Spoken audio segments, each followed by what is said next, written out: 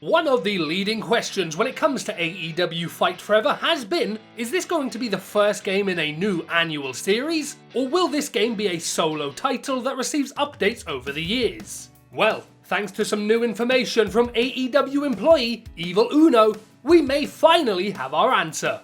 In speaking with Sean Ross of Fightful Select, Uno revealed a few interesting things about the game, some of which is brand new, some of which we've already heard. Now, I should preference this by saying Evil Uno gives this information in a very assumptuous type of way, saying things at times like, "I'm under the impression." With that in mind, I wouldn't take anything Evil Uno is saying here as concrete 100% confirmed information, but nevertheless, since he does work for the company who brands this game, he should know what he's talking about.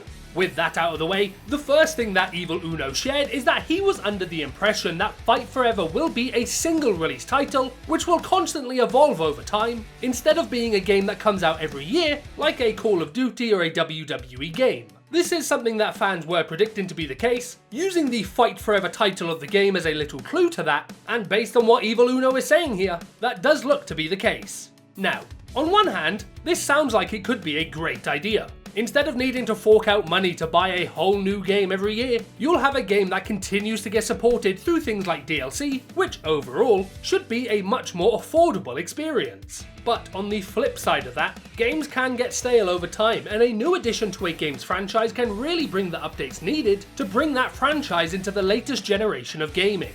So yeah, definitely a move that would come with some pros and cons, but as long as AEW, Ukes and THQ make the right decisions to support the game, they should have no problem with this format. Evil Uno also went on to confirm that the game would release with more than 50 wrestlers and that more will be added over time, something that we already knew.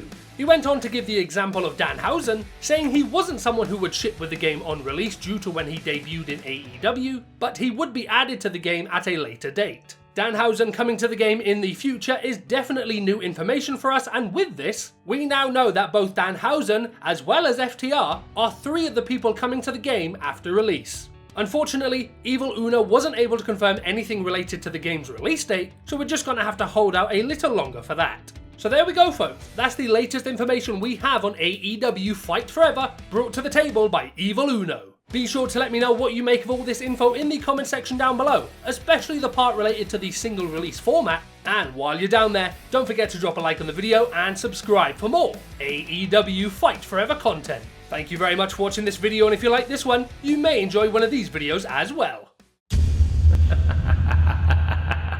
We will take back what is ours. Forever a movement will fall. Black Heron's paralyzed.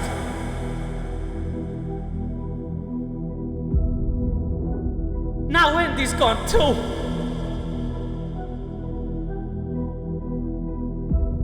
And I know the worst is still yet to come. You've avoided this for long enough, but now it's time to face the consequences. A decade of debts, and it's time to collect. The streets will run red with their blood. When the dust settles, no one will be able to recognize the remains. But what if there was something we could do? What if there's a way we can still win this war?